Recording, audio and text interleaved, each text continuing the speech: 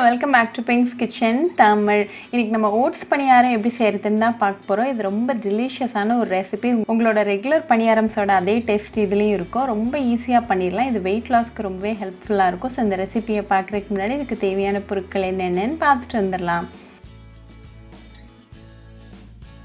ஒரு மிக்சிங் பவுலில் 1/2 கப் அளவுக்கு ஓட்ஸ், அது கூட 1/2 கப் அளவுக்கு தண்ணி சேர்த்துட்டு அதை நல்லா மிக்ஸ் பண்ணி விட்டுருங்க. இது ஒரு 10 நிமிஷம் அப்படியே இருக்கட்டும். இப்போ ஒரு மிக்சர் ஜாரில் 1/2 கப் அளவுக்கு அரிசி மாவு, 1/2 கப் அளவுக்கு துருவின தேங்காய், நம்ம ரெடி பண்ணி வச்சுருக்கிற அந்த ஓட்ஸ் மிக்சர்,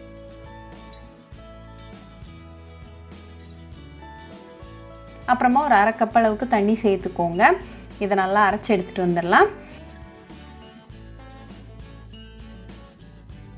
அந்த அரைச்ச மிக்சரை ஒரு மிக்சிங் பவுலுக்கு மாற்றிடுங்க.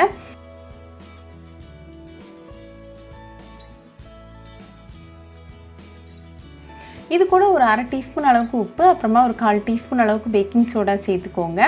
இதையும் நல்லா மிக்ஸ் பண்ணி விட்டுருங்க.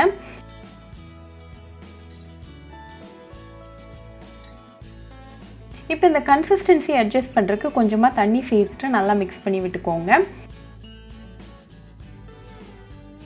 இப்போ நமக்கு கரெக்டான கன்சிஸ்டன்சியில் இருக்குது.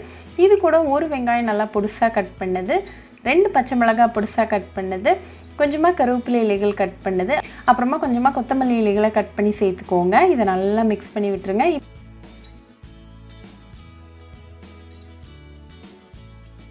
இப்போ நமக்கு ஓட்ஸ் பணியாரம் பேட்டர் ரெடியாக இருக்குது. ஸோ பணியாரம் எப்படி செய்கிறதுன்னு பார்த்துடலாம்.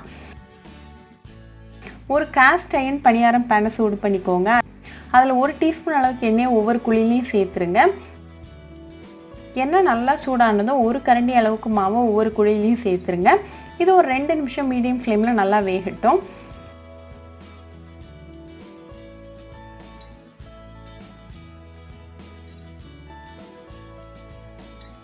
ரெண்டு நிமிஷத்துக்கு அப்புறமா அடுத்த சைடு திருப்பி போட்டு அகெயின் ஒரு 2 நிமிஷம் நல்லா மீடியம் ஃப்ளேமில் குக் பண்ணிக்கோங்க. 2 நிமிஷத்தில் இப்போ 2 சைடும் நல்லா வெந்து ரெடியாக இருக்குது. ஸோ ரிமூவ் பண்ணிடலாம்.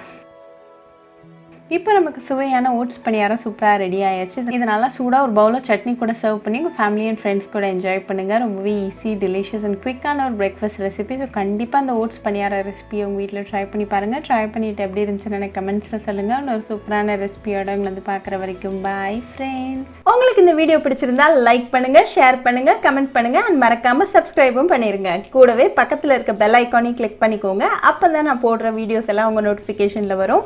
உங்களுக்கு ரெசிபிஸ் இங்கிலீஷில் பார்க்கணுன்னா பிங்க்ஸ் கிச்சன் சேனலில் பாருங்கள். சேனலோட லிங்க் நான் அந்த டிஸ்கிரிப்ஷன் பாக்ஸில் கொடுக்குறேன். மறக்காமல் செக் பண்ணுங்கள். இன்னொரு இன்ட்ரெஸ்டிங்கான ரெசிபியோடு உங்களை வந்து பார்க்குற வரைக்கும் பாய் ஃப்ரெண்ட்ஸ்.